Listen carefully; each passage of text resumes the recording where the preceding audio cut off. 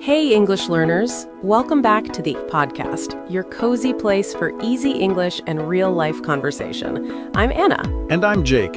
And Anna, I have to be honest. You look very calm today. Like, suspiciously calm.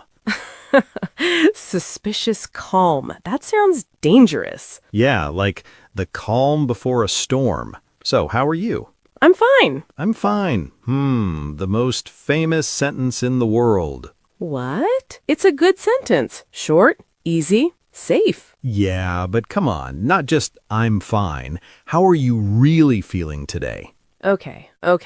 Honestly, today I wanted to give up on everything for about 5 minutes. Whoa, everything? That sounds serious. What happened? You know those mornings when you open your eyes, look at your life, your to-do list, your goals, and your brain says, nope, I resign. I quit. Good luck. Bye.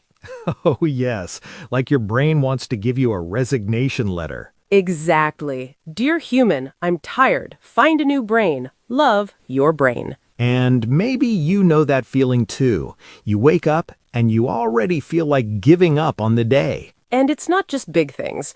I wanted to quit the gym again today. Again? Yeah, again. I went one time, my legs hurt for 3 days, and my brain said, okay, great, we did fitness. We are done for life. Oh, wow. Lifetime membership after one workout. I love it. And I think many of our listeners feel the same with English. They study one hard grammar rule and think, that's it, I'm done, I'm breaking up with English. Write one difficult tense, one confusing sentence, and you feel like throwing your textbook out the window. But if you're here, listening to us right now, it means something beautiful. Yeah, it means you didn't give up yet. You're still here, still learning, even if it's hard. So today, we want to talk about that. Today's episode is called Don't Give Up on Yourself. Yeah, we're going to talk about those moments when you want to give up on English, on your dreams, on your goals. And how you can keep going in a kind, realistic way. And don't worry about the language. This is a B1 level episode, good for easy English conversation practice, daily life English, and real feelings. And if you're more A2, you can stay with us too. Some words are new, but we'll explain the important ones as we go. And we also want to hear from you. In the comments, finish this sentence. One thing I don't want to give up on is because... For example, one thing I don't want to give up on is my English because it's my dream to travel, or my health because I want to feel strong. And your sentence doesn't need to be perfect, just honest. And vocabulary levers, don't worry, at the end of the episode, we'll do a calm word tour recap where we slowly repeat today's important words and idioms. But first, let's answer a big question. What does never give up really mean? Is it healthy? Or is it just another way to make us feel bad? Yeah, because Jake, sometimes never give up sounds a little scary. Scary how? What do you mean? Well, it can sound like never give up, never rest, never cry, never slow down. Just work like a machine. Oh yeah, that toxic hustle idea. If you stop for one day, people say you're lazy. Yeah, but we don't believe that here. No, not at all. When we say don't give up on yourself, we mean something quieter, softer. Right, and there's a nice word in English for that. Perseverance. Perseverance. Yeah, that's a good one. It means you keep going for a long time, in the long term, even if in the short term you feel tired or sad. You don't have to be fast, you just keep coming back. And there's another word I love, resilience. Yeah, I hear that a lot. What is resilience for you? For me, resilience is like a tree in the wind. The tree bends, but it doesn't break. Life pushes it, but it still stands again. Oh, I love that picture. You can bend, but you don't have to break. So never give up doesn't mean never rest. It doesn't mean never feel bad. It means even if you fall, you don't completely give in and throw your dream in the trash. Yeah, I like one very human definition.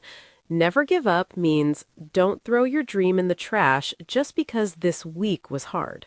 Exactly. You can rest, cry, take a break, and still not give up on yourself. So if you feel tired, that's okay. That's normal. Yeah, but then why do we feel like quitting so often? Good question. Let's talk about that, because maybe you're not weak at all. Maybe life is just really heavy right now. Yeah, and many learners think, I want to give up, so maybe I'm lazy. Or, I'm not strong enough. Other people can do it, but I can't. But usually, that's not the real story. Right. In real life, we face a lot of obstacles, like problems or blocks in the road. Yeah, exams, money, time, health, family responsibilities, work, all of that together. And then, on top of that, we have setbacks, times when things go wrong.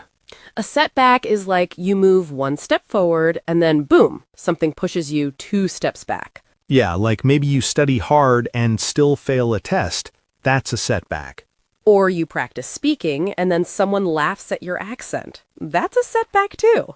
And when you have many obstacles and many setbacks together, life starts to feel like an uphill battle.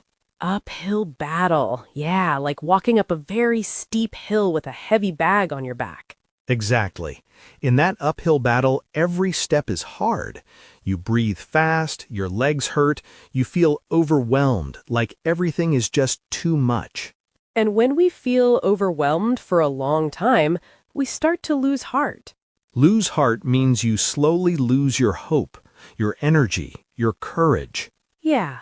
Imagine a learner named Sarah. She works in a shop all day. She comes home tired. She cooks for her family. She wants to study English at night, but her eyes are already closing. So she opens her book and then closes it again. Not because she doesn't care, but because her body is done. If you feel like Sarah, listen carefully. You are not lazy. You're just tired. Yeah, wanting to give up doesn't mean you're weak. It just means your brain and your heart are tired. And I know this feeling very, very well, especially with English. Oh, right, yeah. You had that big English crash once, didn't you? Yes, I did. Let me tell you that story.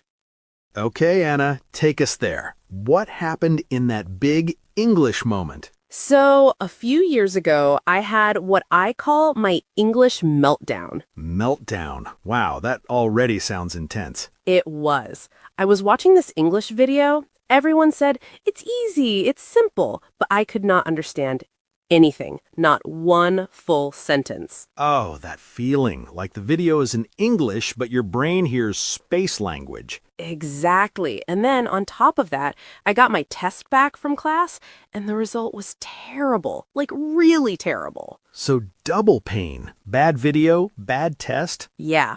That day, I felt I had hit rock bottom with English. Hit rock bottom. That means you feel like you're at the very lowest point. No energy, no hope, nothing inside the tank. And what was going through your mind in that moment? I thought, maybe I'm just not good at languages. Maybe I should give up. Other people can do it. I can't. I wanted to delete all my notes, throw away my book, and just stop. So you were ready to break up with English, like, it's not you, it's me. Yes, exactly. Dear English, we had some nice moments, but this relationship is over. Oh, wow. So what did you actually do? Did you really break up? First, I did nothing. I took 1 or 2 days to rest. I cried. I watched silly videos in my own language. I just let myself feel sad.